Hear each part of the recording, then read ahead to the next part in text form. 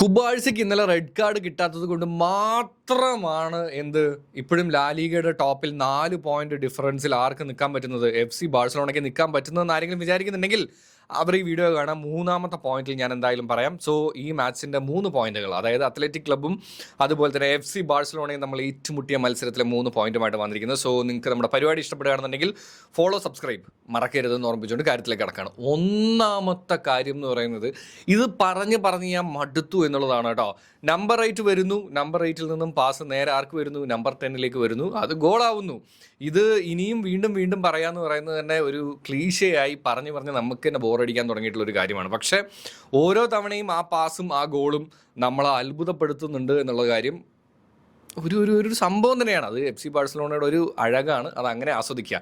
രണ്ടാമത്തെ കാര്യം, പലരും ഒരു മിസ്പാസിൻ്റെ പേരിലൊക്കെ ഭയങ്കര കളിയാക്കിക്കൊണ്ടിട്ടുള്ള ജുവാൻ ഗാസിയ, ഈ മനുഷ്യനെ നമ്മൾ റെസ്പെക്റ്റ് ചെയ്തേ പറ്റുള്ളൂ. ഹൈലൈൻ ഡിഫൻസ് കളിക്കുന്ന ബാഴ്സലോണയിൽ അവൻ ഇപ്പോഴും ഇത്രയും ക്ലീൻ ഷീറ്റ്, അതായത് ലാലിഗയിൽ ഇപ്പോൾ ഏറ്റവും കൂടുതൽ കുറവ് മത്സരങ്ങളിൽ നിന്നും ഏറ്റവും കൂടുതൽ ക്ലീൻ ഷീറ്റുള്ള ഗോൾ കീപ്പർ ആരാണെന്ന് നോക്കുകയാണെന്നുണ്ടെങ്കിൽ അത് ജുവാൻ ഗാസിയാണ്.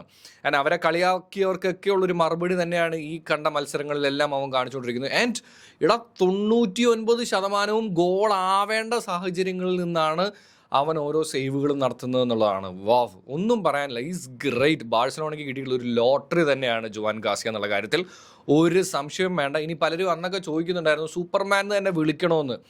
കണ്ണും പൂട്ടി ധൈര്യമായിട്ട് തന്നെ വിളിച്ചോ, ഹീ ഈസ് അവർ സൂപ്പർമാൻ.